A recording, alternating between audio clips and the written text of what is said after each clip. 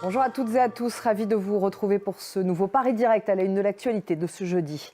L'Iran visé par des frappes pakistanaises, des explosions ont été entendues autour de la localité de Saravan dans le sud-est du pays.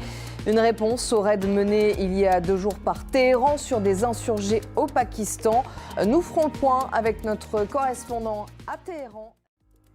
Puis nous parlerons de la Coupe d'Afrique des Nations et la bonne entrée en matière du Maroc hier. Début de la 2e journée ce jeudi avec 2 belles affiches. La Côte d'Ivoire qui affrontera le Nigeria et l'Égypte, le Ghana.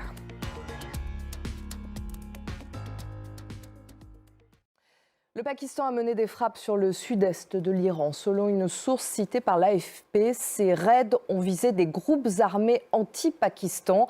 Il y a 2 jours, c'est Téhéran qui avait attaqué des insurgés dans la province du Baloutchistan au Pakistan. Des explosions ont été entendues autour de la localité de Saravan dans le sud-est de l'Iran.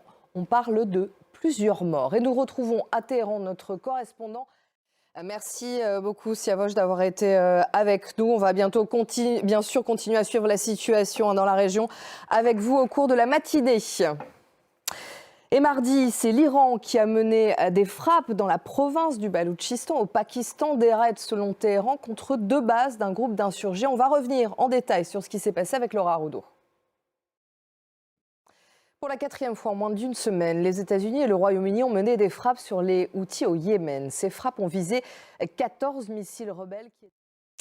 Et on rejoint tout de suite à Washington notre correspondant Mathieu Mabin. Merci beaucoup Mathieu, vous étiez en direct de Washington.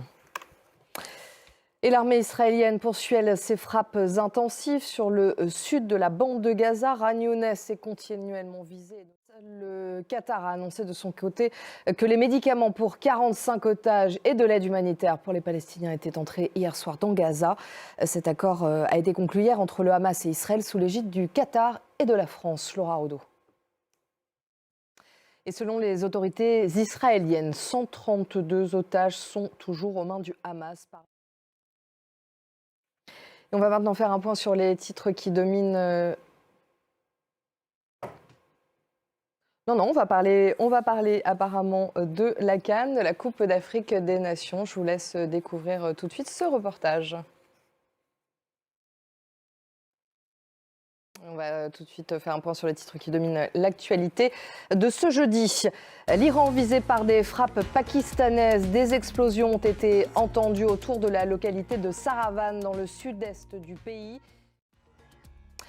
Et nous partons maintenant en Australie, à Phillip Island, une petite île près de Melbourne, où se trouve la plus grande colonie de manchots pygmées au monde. Ils étaient menacés d'extinction dans les années 80 et ils doivent leur salut au travail de biologistes qui leur ont construit différents refuges. C'est un reportage d'Angélique Forger et Marie Boyer.